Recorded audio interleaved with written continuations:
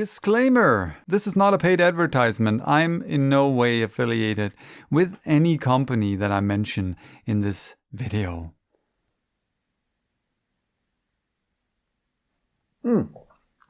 Hey there, my name's Pete and I like pictures. Welcome to this very improvised video, and because yesterday evening I thought, well, why not make a video about that? What is that? That is just simply packing for a photo trip. I'll be leaving on Sunday for a couple of days, and yesterday was Thursday, and I started to pack my new camera bag. It's not one of these really fancy bags. It's just a bigger bag, and I'll have my other one, my small one still. But I thought, of course, what do I have to take with me? And I also thought, why not let you take part, share this decision process with you? It was also a great excuse for procrastinating packing today, but today I have to. So yeah, let's start. Let's see what I'll be taking with me.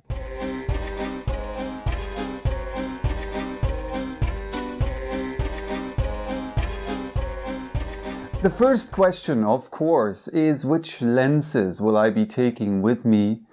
It's going to be a city trip, so lots of architecture, maybe a bit of street photography. I'm not the street photographer, really. Sometimes I enjoy that, but I'm not really the street photographer. But cityscapes, right? Architecture, people on the street. So for me, my go-to lens for that is the one that I have on my camera at the moment, the Canon EFS 24mm 2.8, which has become my favorite lens. So that one will be in my bag. Definitely perfect lens for me, for my type of photography, for cityscapes, and also for nature photography, because it's quite wide angle-ish, even on my crop camera. So that one will be in there. And it's a very fast lens with 2.8. And I'm planning, I don't know if I will be able to do lots of them, but I'm planning but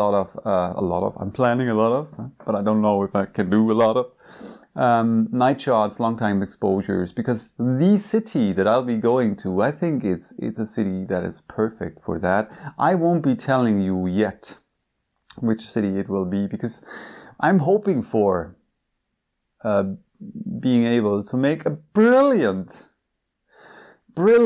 stupid pun in case I find the right thing. So no spoilers yet, and I won't be giving anything away. So 24mm already in my bag, at least in my head.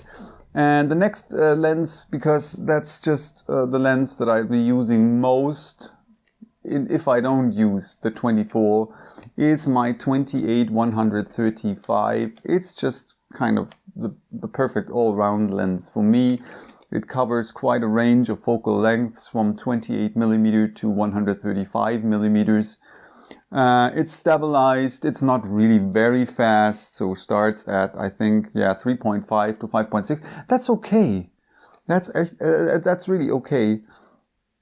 And stabilizer, autofocus. Autofocus is quite fast. Stabilizer is really okay. It's a bit loud. You can't really use the stabilizer if you shoot video, except for if you do it like I do now with a microphone attached. But my go-to lens usually for that kind of stuff. Then I'll be taking, of course, my 50mm lens with me, my nifty 50mm lens, also because it's very fast and the picture quality is really good. So if you're looking for a high quality lens, high picture quality lens for little money, you might look into one of these little things. It's also perfect. I found it to be a perfect portrait lens. So in case you want to start out with portrait photography, try that one. It's a good one.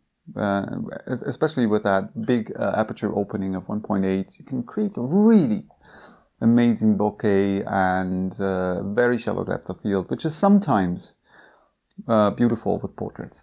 So I cover from 24mm with a 24mm lens, then to almost, well, not completely without a gap between that, because between 24 and 28 I have nothing, but well, not a problem, right?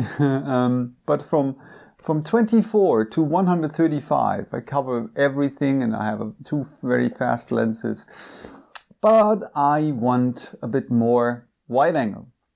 Especially for cityscapes, I want a bit more wide angle, so I'll be taking my kit lens with me as well. If 24mm isn't sufficient, it goes to 18mm, which is quite more. And I think I'll be needing that in that city where I'll be going to, that I won't be telling you yet.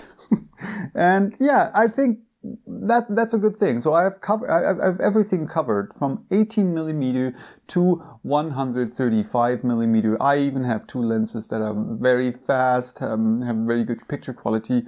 The two prime lenses, the 24 and the 50mm. And I'm still a bit conflicted whether I will be taking my 70 to 300mm lens with me, because I know there will be a bit of nature photography possibilities as well, and a telezoom of that range. It's something nice, right? It also has a macro feature, so I can do that. I'm pretty sure that I will be seeing a lot of birds as well, and bird photography with a really zoom lens of that caliber, 300mm. Yeah, I'm still conflicted. I'll see whether it will fit my camera bag. So that's for the lenses. Let's see what else I'll be taking with me. So I'm planning long time exposures. I'm planning night shots. What do I need for that? Yes, of course, a tripod. I'll be taking my little travel tripod with me. I don't have a more stable one at the moment. Well, I do have one, but it's too big and too heavy. It's a video tripod. And I always thought, well, I have that video tripod. Why would I want to buy a really stable photo tripod? I can always use that one. Yeah, I didn't think that I might be going on city trips where I don't want to take that big and heavy thing with me. So that will probably be one of my next investments, to get a better tripod, a more stable tripod. I like this one.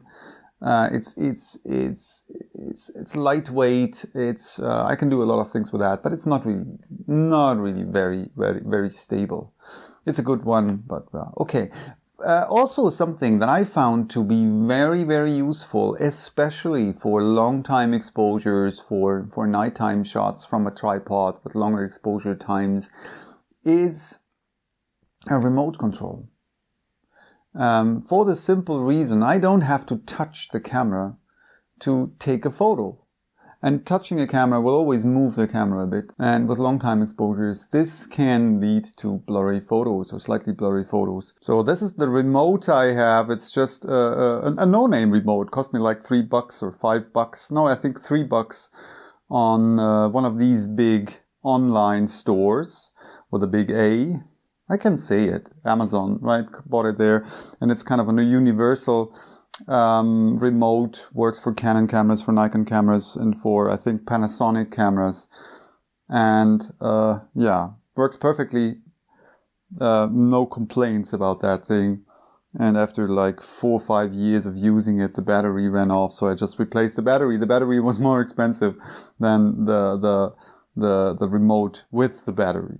Another little trick is to set the camera to timer, like 2 seconds timer, releasing or pushing the button, right? Then the movement will stop, and then the camera will take a photo. So that also works, especially for night shots, long time exposures. So yeah, in case you ask yourself, what is that cup that Pete has in his hands? It's a gift by my friend Manuel. It says, "I'm an early bird, but in the wrong time zone," which is pretty accurate. The great thing about that cup, other than the fact that it's beautiful and pretty accurate, is that it's completely environmentally friendly because it's made out of bamboo fiber. And I was skeptical, but it holds the coffee, and you can wash it and everything. Perfect cup for that. So what else will I be taking with me? Let's see.